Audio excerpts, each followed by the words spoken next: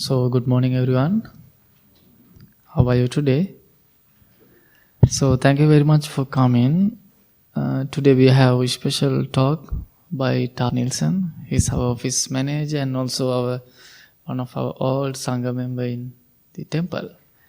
And Tod doing a lot of things in the temple to continue our programs and our service, and also he helped us a lot to develop our English and do our talks. And Tod today going to do something special. Let's see.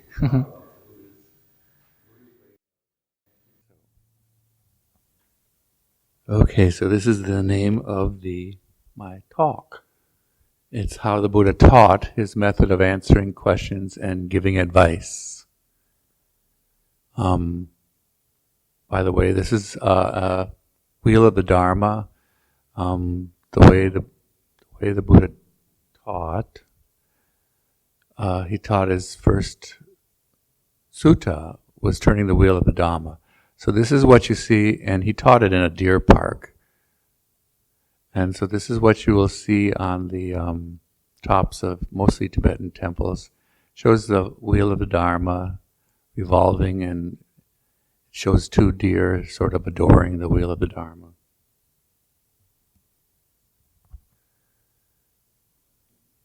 So I'm going to read most of these and just add in some things as I go along. So the Buddha made it clear that right view, or might be called right knowledge and understanding, and mindfulness are necessary for liberation from suffering and enlightenment. Monks, there are these two conditions for the arising of right view, which two? The voice of another, that is learning, and appropriate attention, that is mindfulness. So that is contained in one of the collections of the Buddha's teachings called the Anguttara Nikaya, and it's in Sutta number 2. So at the time of the Buddha there was no writing, so that's why he says, instead of reading a book, he says the voice of another. So that's how people learned in those days. So the purpose of learning, that is a purpose of discussion, of counsel, of drawing near, of lending an ear. That is the liberation of the mind through non-clinging. Oh, thanks. That's a little better, yes. So that's the purpose of learning. Purpose of discussion, of counsel, of drawing near, of lending an ear. That is the liberation of the mind through no clinging. That's also from the Anguttara Nikaya, the 3rd sutta. So the Buddha said when to give advice. The Buddha said to never give false advice and never give advice that will do no good for the other party. But if the advice is both true and will do some good, then you can use your common sense, your compassion, and your wisdom to decide how and when to give it. So that's pretty straightforward for giving advice. And now we'll turn to questions. So when the Buddha was presented with a question, the Buddha focused on 3 issues: the way the question was framed by the questioner, the topic of the question, and the mental state of the questioner. Furthermore, he answered questions in 4 different ways, and sometimes in a combination of the 4 ways. So let's look at what are the 4 ways. So these are the 4 ways of answering questions. Which 4? This is the words of the Buddha actually here. 1, there are questions that should be answered categorically, in other words, straightforwardly, yes or no, this or that, true or false, etc. 2, there are questions that should be answered with an analytical or qualified answer, which clarifying or defining or redefining the terms of the question. 3, there are answers that should be answered with a counter question. And 4, there are questions that should be put aside, in other words, not answered. These are the 4 ways of answering questions, also from the Anguttara Nikaya. So the first one, what types of answers may be defined as categorical? So answers that don't change when dealing with changing circumstances are categorical. The Buddha himself labeled only 2 of his teachings as categorical. The first is the distinction between good and bad, bodily, verbal, and mental conduct. And the second is the Four Noble Truths. Acting on any of these teachings leads universally to specific outcomes. All other categorical questions are merely subsets of these 2. As Sariputta was one of the students of the Buddha, said, just as the footprints of all legged animals are encompassed by the footprint of the elephant, and the elephant's footprint is reckoned the foremost among them in terms of size, in the same way all skillful qualities are included in the Four Noble Truths. That's from the Majjhima Nikaya, which is another collection of the Buddha's teachings. Okay, the second one, what type of answers may be analytical answers are those that analyze a statement or topic by giving a detailed explanation of all its important points. However, sometimes it is necessary to analyze a question in order to reframe the issue appropriately so that a categorical given. Either the question has been stated in inappropriate terms due to mistaken assumptions, or too few variables have been considered to make the question viable. So that's a little confusing.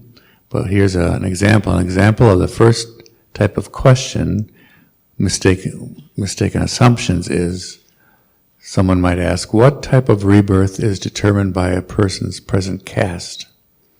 So a caste, in ancient India, well, actually in present India, people are divided into 4 castes. And at that time, someone wanted to know what type of rebirth is determined by a person's present caste. So the answer, of course, is a person's caste has no bearing on his or her rebirth. Only their actions do. Their actions create the karma for their rebirth.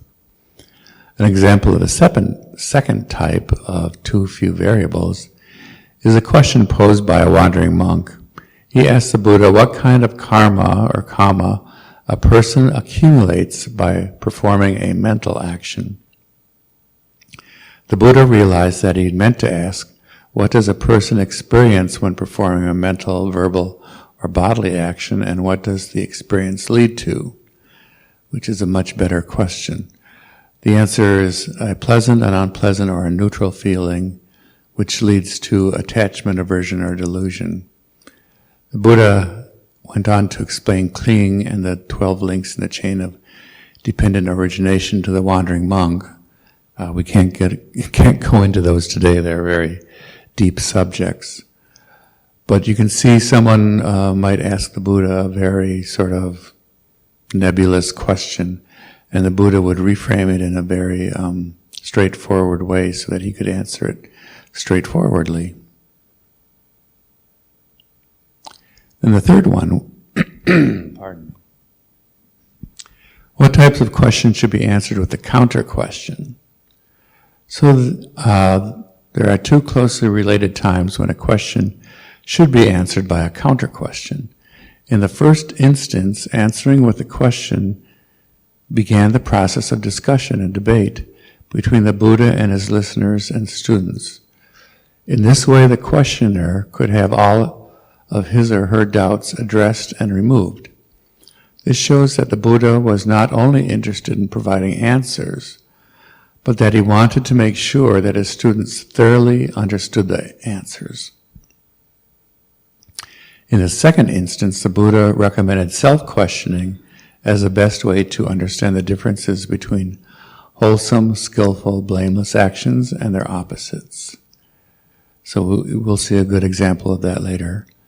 Here he talks about it. Consider, what is skillful, Venerable Sir?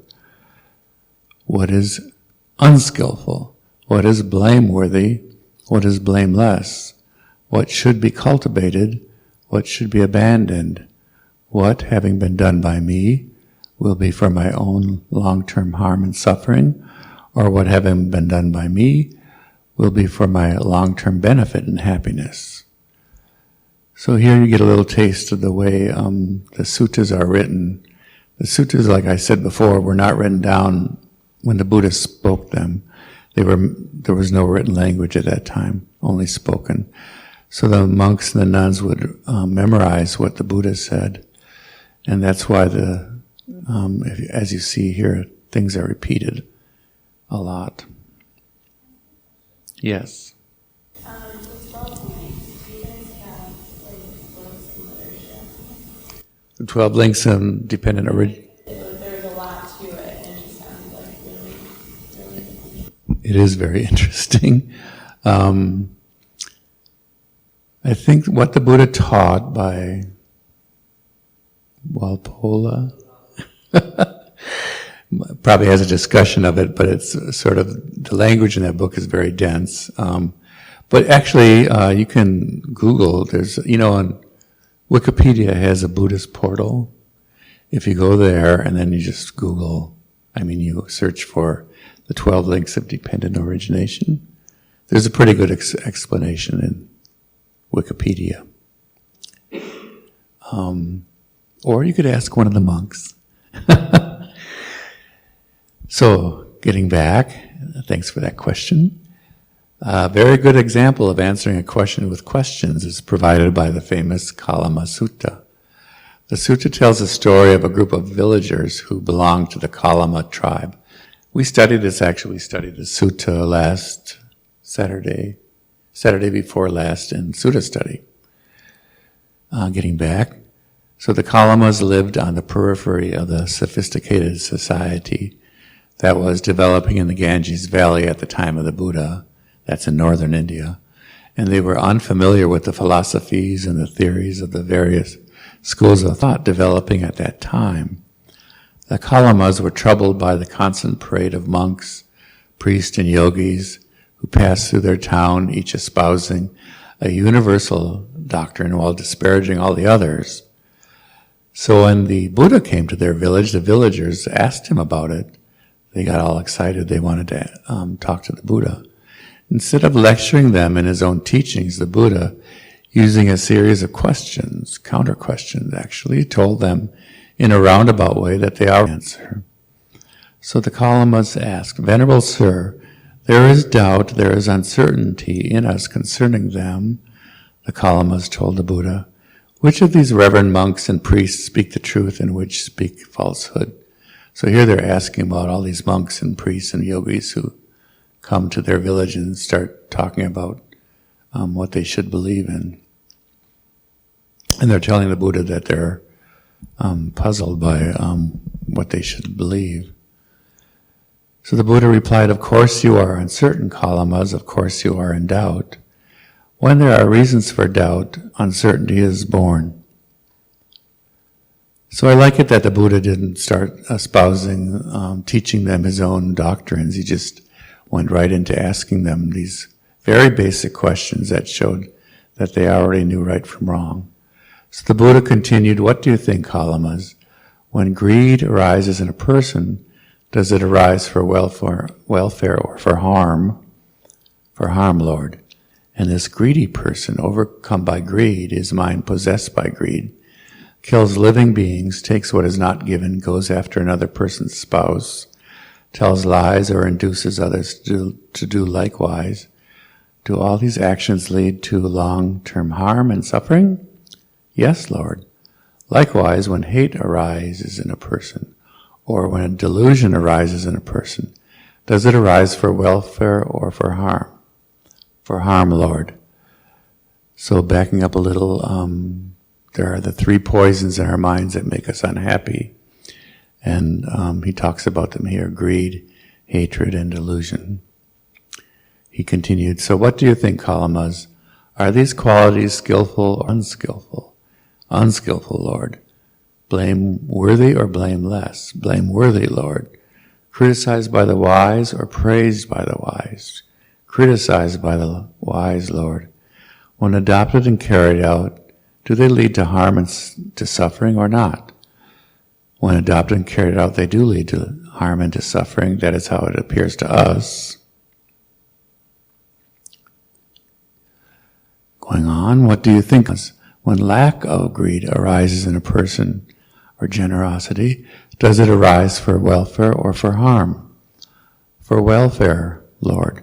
And this generous person, not overcome by greed, his mind not possessed by greed, doesn't kill living beings, doesn't take what is not giving, doesn't go after another person's spouse, doesn't tell lies or induce others to do likewise. Do all these actions lead to long-term welfare and happiness? Yes, Lord. Likewise, when lack of hatred arises in a person, or when lack of delusion arises in a person, does it arise for welfare or for harm? For welfare, Lord. So what do you think, Kalamas? Are these qualities skillful or unskillful? Skillful, Lord. Blameworthy or blameless? Blameless, Lord. Criticized by the wise or praised by the wise? Praised by the wise, Lord. When adopted and carried out, do they lead to welfare and happiness or not? When adopted and carried out, they do lead to welfare and to happiness. That is how it appears to us.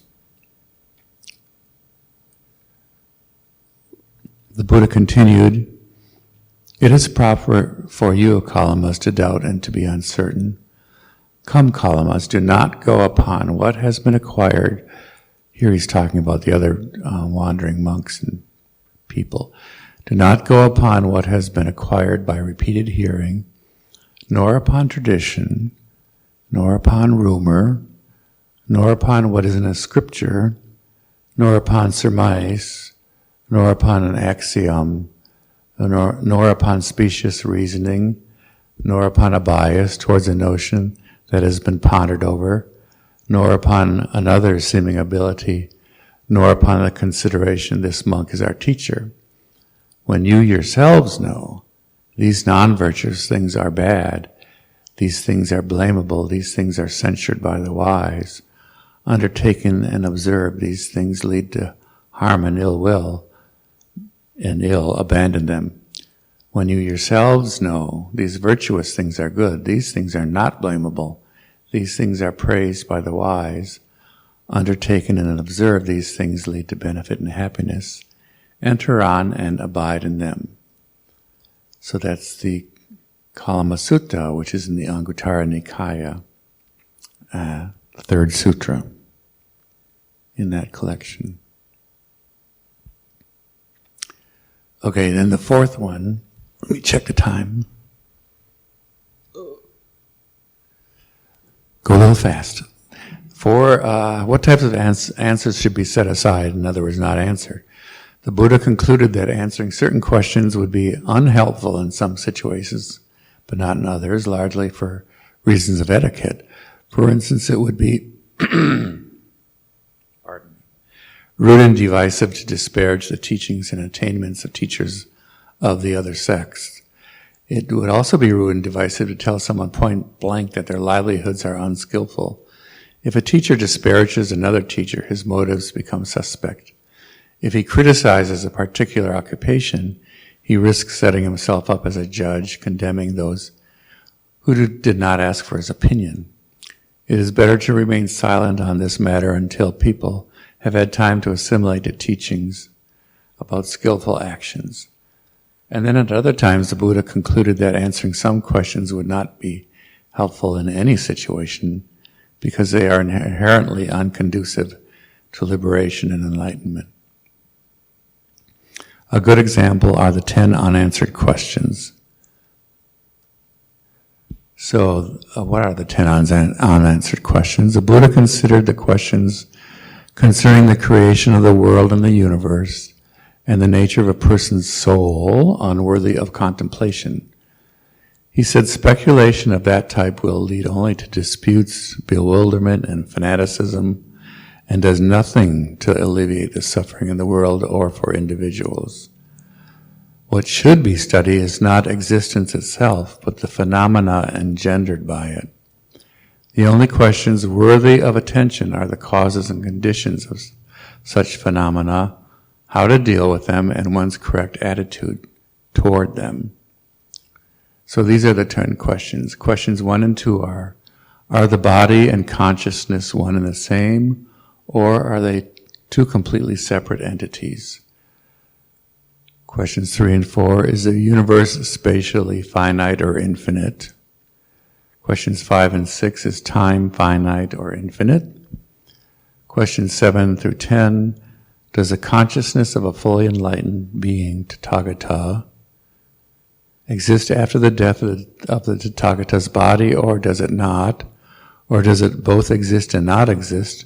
Or does it neither exist nor not exist?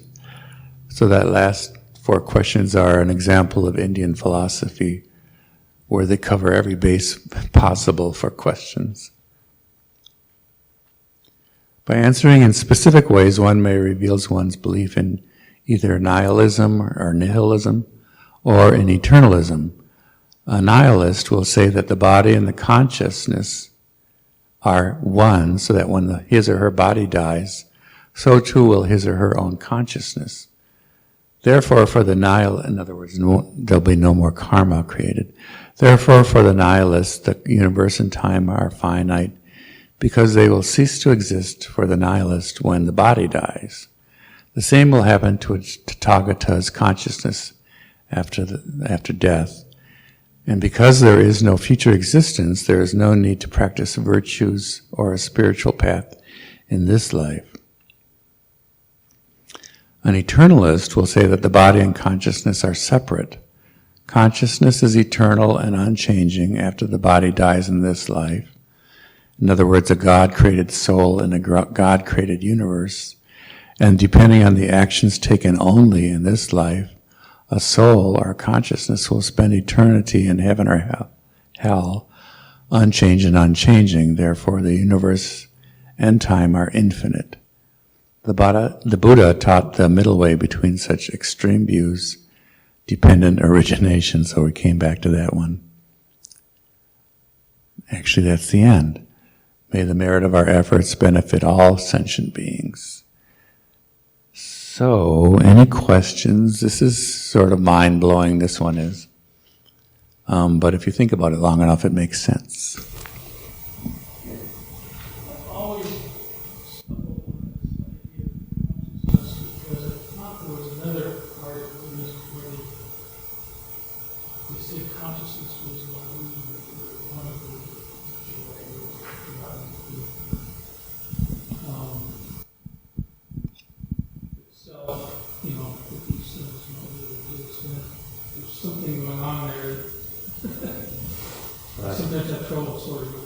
Right. There's a consciousness, a very subtle consciousness, that goes from lifetime, in Buddhist philosophy, from lifetime to lifetime. But there is no permanent self. I think that's what you're talking about. There's a temporary self that gets run over by cars, if we're not careful, and then we die. But in the Buddhist philosophy, there's a very subtle consciousness that's not connected to the body. It's not like my memory, my personality, and all that stuff. Right. So. Some religions, that's what goes on in heaven, Right. It's something more subtle. Right. So this sometimes it's called storehouse consciousness, just to make it easier to understand. So using the bodily actions, this body and our minds, which are part of our body, we generate karma, good or bad. And those seeds are put into the storehouse consciousness. And that subtle consciousness, when our body dies and our brain dissolves and we have no more memories, that subtle consciousness will go on to be reborn in a new body. And depending on the habituation or the karma that we've put into that storehouse consciousness, those seeds will sort of ripen in the future, and good things or bad things will happen to us. And also going backwards, we cannot find the beginning of this consciousness. So one of the, I guess you'd have to say, it's something you have to take on faith in Buddhism, that time is real and that cause and effect actually happen. So if we think about our mind right now, it's different from what it was a minute ago, and what it was a year ago, what it was when we were babies, and even going back to before, or actually when we were conceived, that consciousness just didn't come out of nothingness. There was a cause for it. So we cannot really find the beginning of this consciousness that we all have. And that consciousness will die, or can die, once we are enlightened, and we're not creating any more karma, good or bad. And then it will cease to exist, but that's very hard to attain. So that's sort of a very deep philosophy in Buddhism, and it does depend on origination. So I would urge you to look that up, Google it, or find it in a book. Any other questions? Good. Okay.